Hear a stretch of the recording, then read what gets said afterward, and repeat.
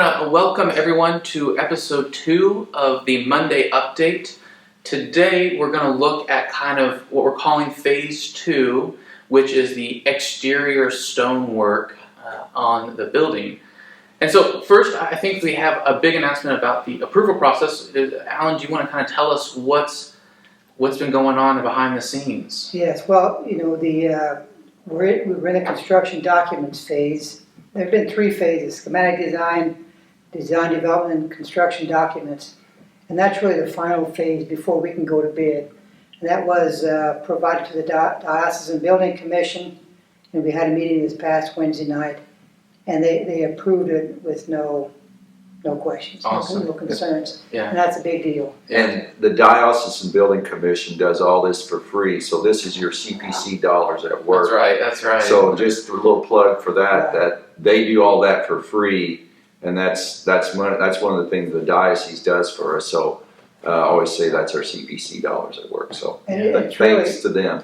And it's really very helpful because the folks that are on that building commission are professionals, right? Architects and engineers, and so they know what they're doing. And personally, I've had to rely on them and Dominic a lot on some of the basic questions to make sure we're in compliance with the guidelines. So. That's right, and there's so much to manage. I mean, that's the big part. And we're able to kind of move forward this because we have kind of the pledges all set as far as that project goes. We got a long way to go, yes. But this is just, we want to make sure we stick to that outside timeline of getting it done before the inclement weather. So that's going to be the first step. So let's talk about what are we actually going to do to the building. Let's start with the bell tower, because I think that's probably the most iconic thing about our building. And what are we going to do there? Well, the bell tower and that part of this church is really the section that is really in the most dire need of addressing. The stonework, you've seen pictures of some of the stonework and all, but a lot of the mortar stuff has come out, and there's some of that ornate stone is just needs attention. And then, so that would be the stonework, and then as you move up to the white, to the green, the louvers there will have to be replaced.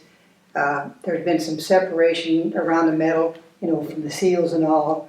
And there's copper. The white part is copper, and that will have to be cleaned and repainted and possibly repaired.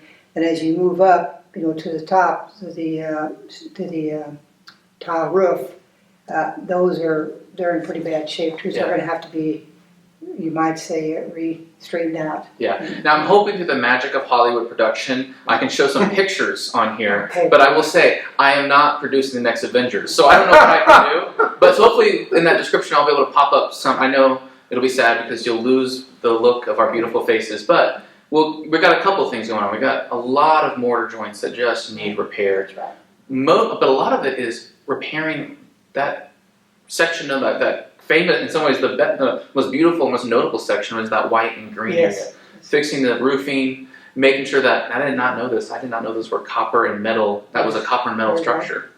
And there's a steel structure underneath, inside that. Oh really, just to keep going, yeah. And I failed to mention, even the clock, the design around the clock, the stone needs repair. Yeah, it is. I mean, those pictures we saw, there's a lot going on up there. It really needs attention. Yeah. So, can you tell me, I guess, why does tuck pointing matter? Why do we need to secure those mortar joints? Well, that's a good question, and we struggle as a committee, because when you hear the engineers being pretty strongly saying the whole church has to be done, that's a lot of mortar joints. And we're talking about, every mortar joint has to be dug out, and it's like an inch. You have to dig it out an inch, and then you put back, incrementally, and make sure it's tapped solid. But what's happening is, you can see as you're around the church on the lower part, you can see where the mortar has let loose, and you can see where some of the stone has chipped away. Well, moisture is getting in there, and as you go deeper, there are steel pins or like clamps, right? Like holding the rock in that hold that in. So they can rust. Yeah. And that's a problem. So Yeah, and I think one of the great places to look at this is actually, and I'll hopefully, again, the magic of Hollywood, we have all the post-production. That's right, yeah, I know. Watch out, so I'm telling you what. So, I know, like Martin Scorsese over here, so. But the best place to see what happens when moisture gets to those metal clamps is actually on the north stairwell, which we have to replace all of that. Yes. And that the picture should hopefully show, if you just go over there, you can look where the rod was inside of the stone, water got in, and the rust expanded, it swells, and it chips away at the stone. And so that's what we're trying to avoid. We've been kind of told that's not happening, but man, we definitely we don't want water, anything getting in there to kind of have those things corroded and expanding and kind of breaking the stone. So that's really trying to keep moisture all the way out. And so that's fantastic. And we heard a couple times in our meetings, like, our mortar joints are incredible. I mean, this church is built with the craftsmanship that it just can't be replaced anymore. I mean, it's just a beautiful church. And the craftsmen who did it, they were incredible.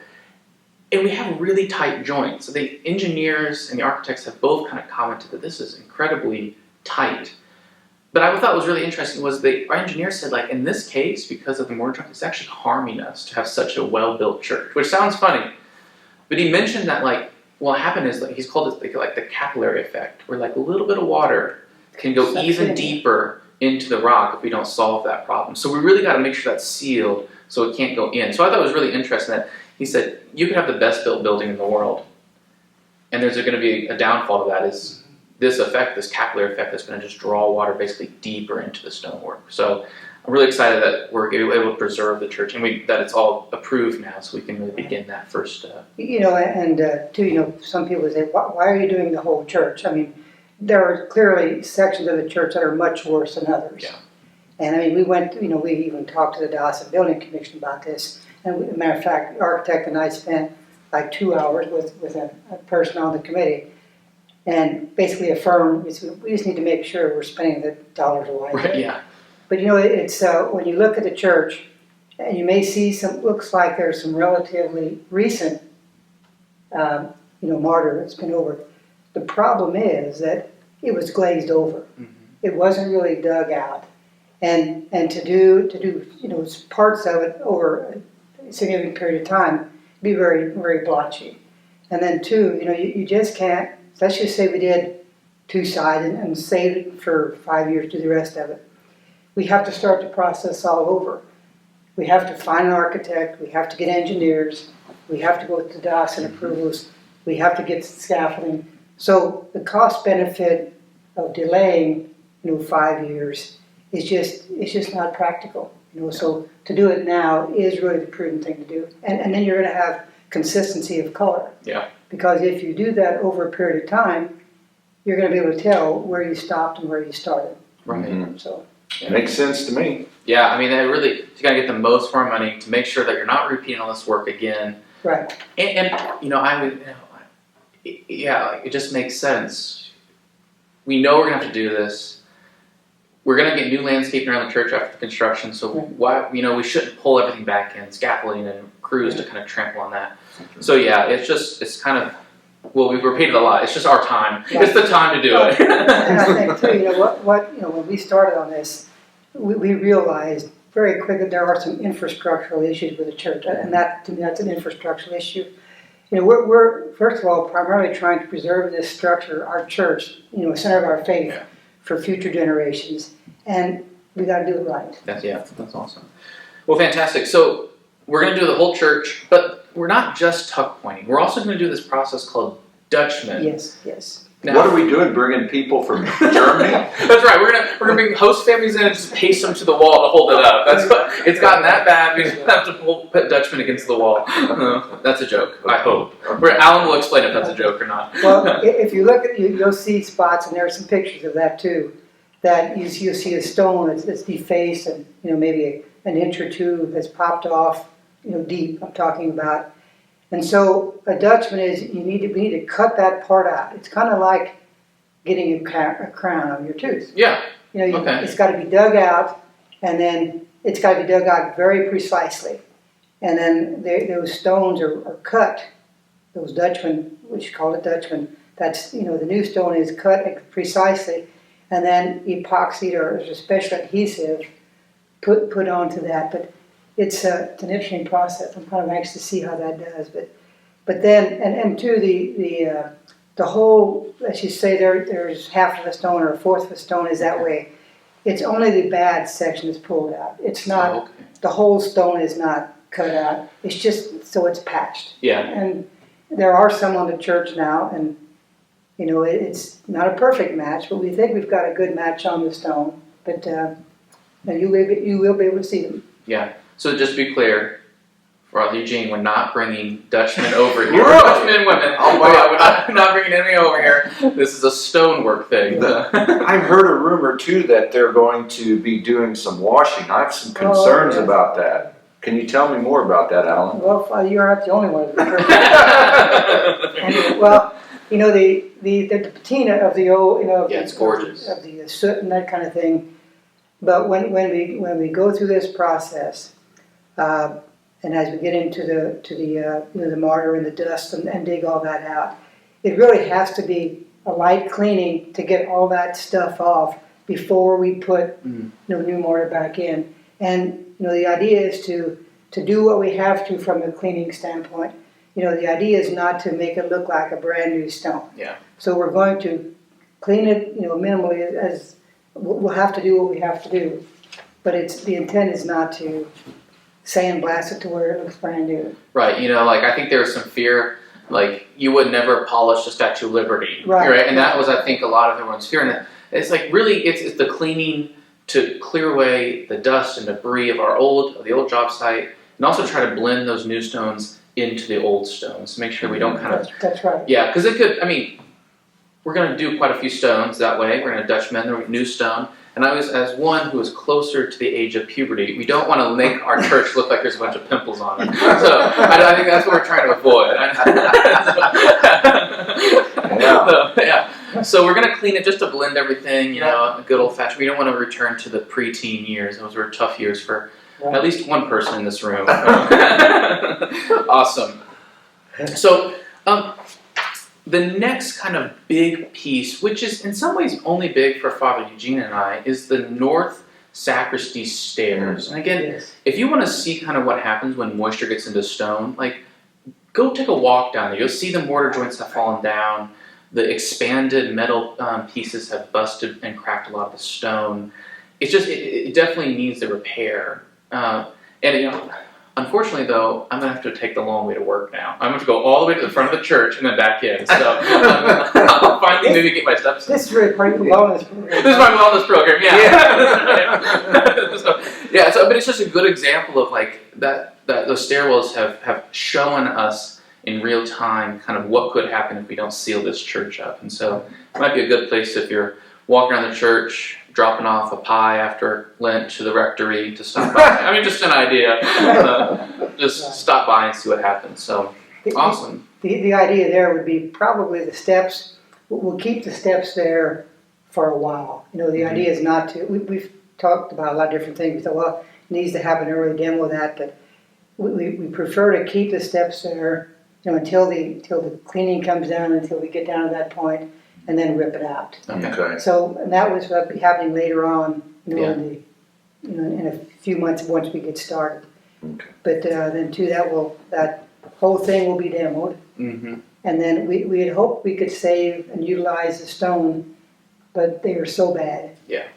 There's just no way. Yeah, they're gonna put stone back on the outside, so it blends really well. That's right. But yeah, those stones, they've gone through a lot. Yeah. So not to mention, I've had to walk them several times. So that alone is enough abuse. So yeah, that's really great. So we're gonna really focus a lot of the attention on that bell tower, trying to secure that, get it watertight again, and then the other parts of the mortar, just to seal the church so that water's not getting into the building, not getting into those metal clamps that will really cause problems later on. And then those Dutchmen are another way you're just going to seal the church again, like you compared to. I think that's a perfect example of the crown and chop your tooth. We all kind of know what that pain feels like when you get kind of a sensitive bite or something. So, well, wonderful. Is there kind of anything else on the exterior? That pretty much covers it, I think. I think so. Yes. Yeah. A lot of the things we had well, 15 general maintenance kinds of Yeah. things. I mean, in short term, a lot of, like, for example, we had some issues with the roof and things like that. So we've addressed the things that we can address. And Yeah. I think the rest of this is, What's going to be the first thing we start to see when this work starts to phase in? What's kind of the big first things? well, first of all, we'll start to see some things move in. Okay. You know, it might be materials, it might be equipment. Mm-hmm. And then to get a staging area Yeah. for the contractors, and that will probably occur in the south lot. Okay. It's not been firmed up yet for sure, but that's kind of the understanding at this point. And then you'll see, well, there will be stone probably coming in over time because those stone have been the Dutchmen have been identified, so they're numbered, going to be numbered, and they're going to have to kind of stage it and put them in as they can. Oh, okay. That'll have to be over there, and then the scaffolding will go up. You'll see the scaffolding go up, and the lifts. Now the scaffolding around the tower is the big thing. Yeah. Around the other part of the church, where we can, it will be a lift. You know. Okay. Because we have scaffolding really the whole way up the bell Yes. tower. Absolutely. Because you just can't reach that with a lift. That's right. And then everything else will be hopefully as much as we can do with a lift to kind of save those costs. That's right. Cost Yeah. savings, yeah. You know, from a safety standpoint, that tower. I mean, could you imagine working on that tower, on that steeple? Oh no. No. That high. You know, Yeah. Wow. getting materials up there. It's The higher you go, the more it costs, right, too. absolutely Yeah, no, that's really great. And then we're going to also have to cover the windows, right? We're going to have to protect Yes, them. that would be, you know, once we get scaffolding up and get the lifts in, the windows, you know, we just spent over $1 million on our windows, and they need to be protected. You know, when you have scaffolding, and when you have lifts, you have hammers, you have stone, you know, they can fall and they can go through a window. Yeah. And so they will be secured and they will be boarded up. Yeah. So it's going to be and that will have to happen before we start working up top. Yeah. Well, Yeah. we're still in the church. Yes. Yeah, so yes, it will. Yes. Oh, so it's going to happen when we're still in the church. Yes. Okay. So like, what, in a month or two, we're looking at. Yes, the idea would be, you know, all things. We hope all things go That's as right. they plan. We're still praying for everyone out. Yeah. Things are going well. Yeah. And yes, the idea would be in May we'll start to see activity. There will be some hubbub, and then it's going to take a while to get set up. But I would say in May we'll start to see the windows get get covered, and then the idea would be to be done by Thanksgiving. Yeah, and by then Yeah, we'll have moved into worshiping in the parish center, and That's right. you know that's going to be a big emotional loss. I mean, the church can be dark. I mean, those windows just really change the space. Oh my, yes, they will. But we wouldn't want to not cover them. I think everyone's on board with covering it. It's just going to take some getting used to. So awesome. Well, that's fantastic. Well, I think that pretty much covers everything about the exterior work and kind of a quick overview. Hopefully, everything's going well as far as the campaign. We'll start to get some updates from them, and just keep thanking you all for the incredible support, the prayers, the pledges, and hopefully we'll keep going on and keep meeting these deadlines that are really, really important to kind of keep on. They really are, because for example, the exterior, it needs to be done before the winter, because I understand that, you know, temperature can impact the color of the marble. Yeah. So, you know, there again, it's all planned, and it's all set. Yeah. It's been a lot of work going into the planning process. Now, what are we talking about next week? I think I let you know, right? Did you write that down? Actually, I did. Okay. Sound system and light. Okay. Sound system. We're going to go with sound system. We're going to break it up into two, right? We're going to do the sound system next week, and then the following week we're trying to do lighting. So, because we think those are pretty important topics. A lot of people have told me they cannot hear me, and What did you say? yeah, that's exactly right. No, we're going to talk about how we're going to try to improve the sound systems and the new technologies, and those were really two pinnacles. Lighting and sound were really the most requested. We're going to really address those. So awesome. Is there anything else? Yeah, we're good. One thing is, you know, now that we've got the approvals from the diocese, and you know, we need to get the final bids. And decide on the contractor. Yeah. And then we work on the agreements, the legal agreements. Okay. It's an AIA, it's an architectural contracting agreement. So that's going to be that can be a little time consuming, a little tedious. Yeah, a lot more kind of behind the scenes work of just making sure that we're protected, Right. that the work's going to get done on time, and that's going to be right, and then also just make sure that nothing happens. Yeah, that's going to be a very tedious work. So I can bring my box of crayons if you need me to color pictures for people. That's probably the only thing I can contribute to that. So awesome. Well, wonderful. Well, it was wonderful being with you all day, and we will hopefully see everyone next Monday. Okay. See ya. Thank you.